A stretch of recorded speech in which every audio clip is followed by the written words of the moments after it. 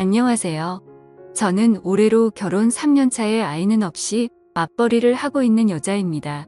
우리 부부는 결혼 전부터 개인적인 성향을 중요하게 생각했고 서로의 사생활을 지켜주기로 약속을 한 상황이었어요.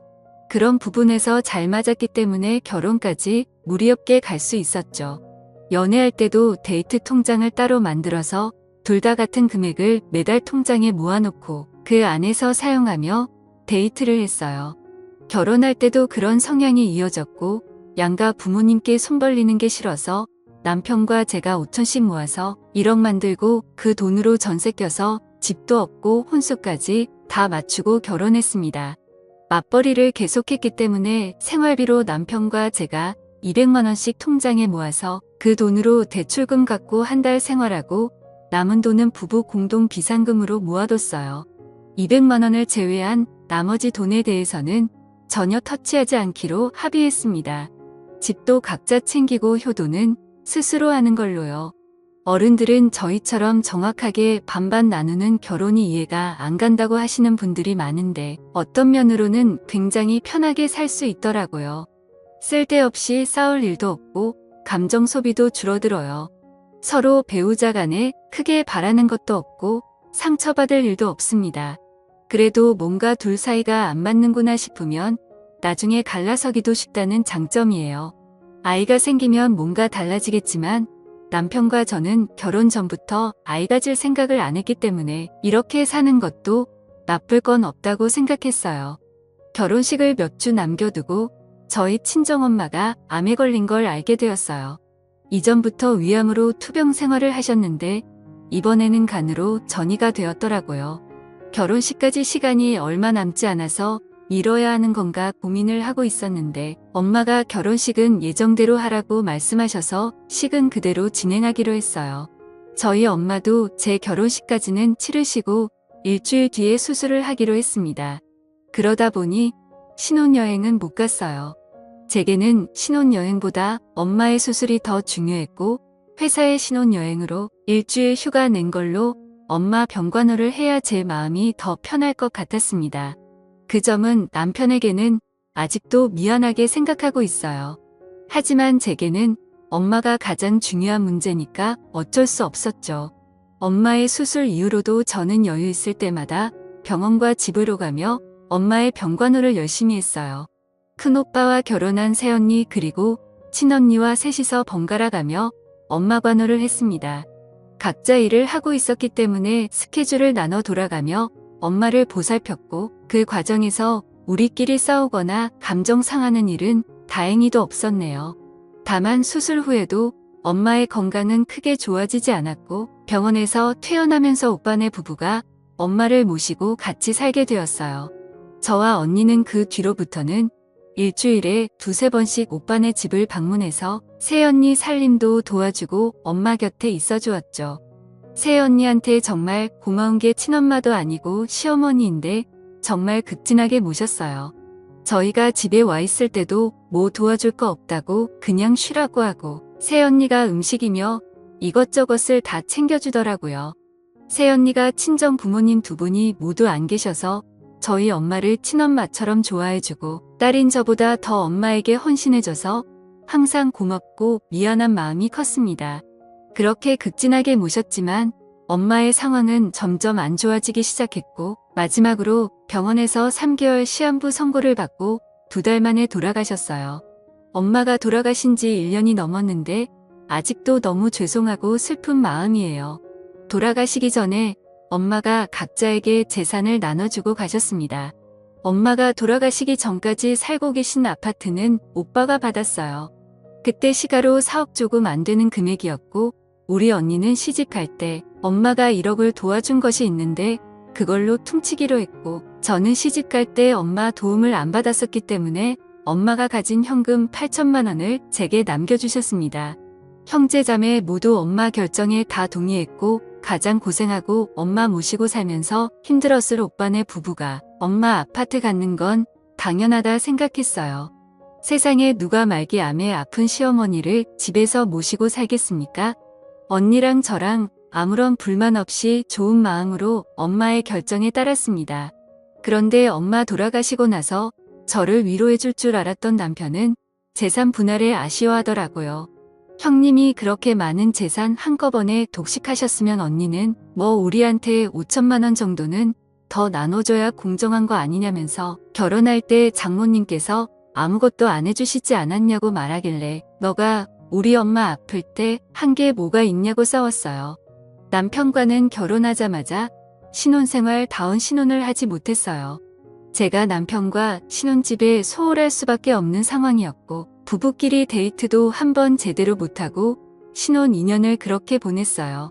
저는 일주일에 이틀 이상은 엄마 집이나 오빠 집에서 간병을 하며 보냈었고 나머지 날은 집에 오더라도 밀린 집안일을 하고 몸과 마음이 지쳐서 남편을 봐줄 상황이 아니었죠.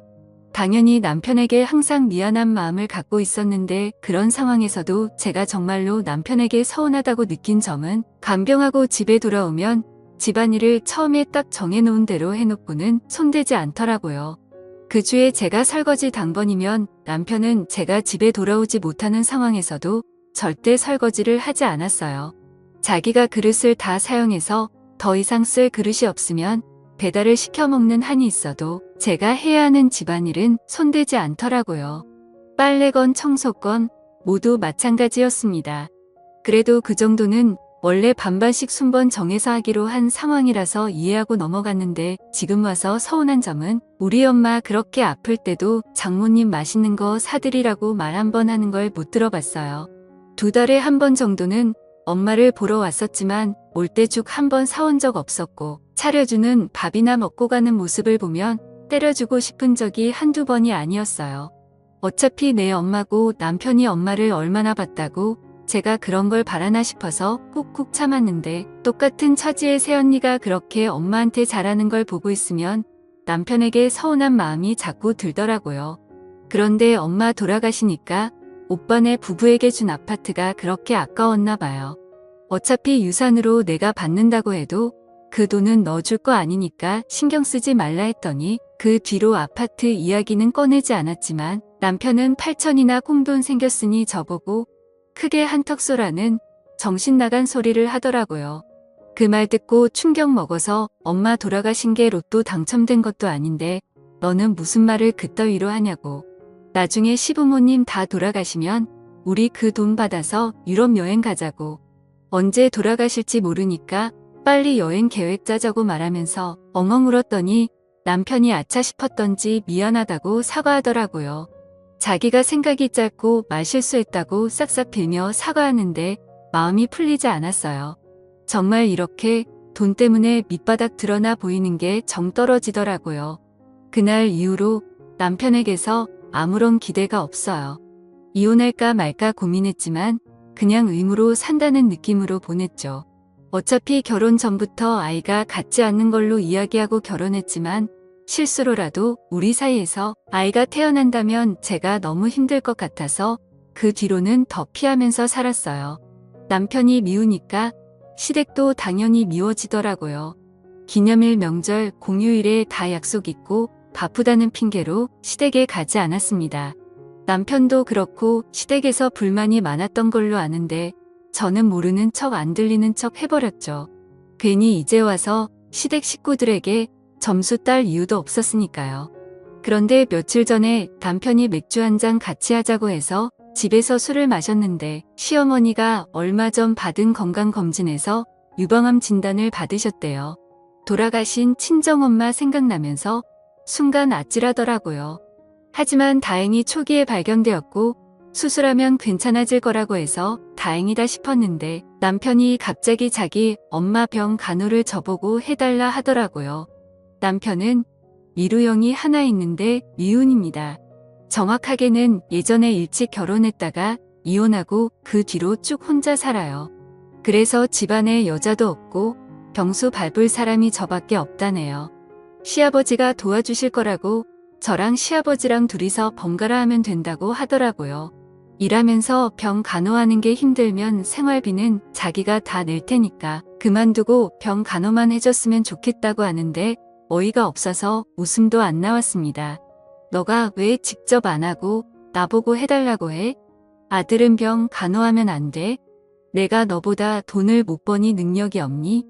내가 왜 일을 그만두고 너네 엄마 병 간호를 해야 하는데? 남편 말에 저도 화가 나서 막 쏟아내 버렸어요. 제가 친정엄마 병 간호를 많이 해봤기 때문에 잘할 수 있을 거라고 하더라고요. 남편에게 웃기는 소리 하지 말고 내가 우리 엄마한테 한 것처럼 너도 일하면서 간호하던지 아니면 일을 그만두고 시어머니 간호하라고 이야기했어요. 생활비 200만 원 주는 거 달라 소리 안 할 테니까 괜히 시어머니 병수발 들게 할 생각하지 말라고 했더니 자기는 할 줄 몰라서 못한답니다. 누구는 병수발하는 자격증이라도 따서 한 줄 알겠어요. 정할 사람 없으면 아주버님이랑 너랑 돈 반반 내고 간병인을 쓰라고 했더니 모르는 사람한테 자기 엄마를 어떻게 맡기냐면서 눈물까지 흘리더라고요. 그 모습을 보면서도 하나도 불쌍하게 느껴지지 않았어요. 남편에게 너가 우리 엄마한테 한 걸 생각해 보라고. 새 언니는 그렇게 엄마한테 급진하게 하는데 너는 장모님 아플 때 죽 한 번 사다 준 적 있냐고. 차라리 내가 시어머니 병 간호를 할 바야 우리 새 언니 아프다고 하면 내가 직접 간호해 줄 거라고 말했더니 저보고 못되쳐 먹은 년이라고 상욕을 하더라고요. 갑자기 남편한테 상욕 듣고 머리가 멍해져서 그냥 이혼하자고 했어요. 이혼하고 너네 집 들어가서 살면서 직접 병수발 들고 살아라고 했죠. 남편이 이혼 이야기 듣고 그제서야 정신 차렸는지 간병 안 해도 된다고 자기가 형이랑 간병인을 쓰던지 알아서 하겠다고 말했지만 이미 때는 늦어버렸어요. 예전부터 남편에게 서운하고 우리 엄마 돌아가셨을 때 했던 일들이 다 생각나서 뻔뻔하고 자기 생각만 하는 남편이랑 더 이상 못 살겠다 싶었습니다.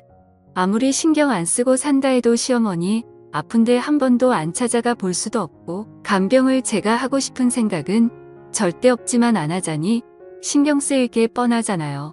남편과 정말 안 맞는데 이쯤에서 이혼하고 각자 사는 게 맞겠다는 생각이었습니다. 그냥 이혼하는 게 좋겠다고 진지하게 이야기했는데 남편은 어떻게 시어머니 아프다고 이혼하고 도망갈 생각하냐고 저보고 제정신 아니랍니다. 친정엄마 아플 때 남편이 새언니 하는 거 반에 반만 했어도 제가 아픈 시어머니를 모른 척 하지는 않았을 거예요. 반반 결혼한 거 다 좋은데 자기가 하기 싫은 일은 절대로 안 하면서 왜 제 도움만 받으려고 하는지 이해 못 하겠더라고요.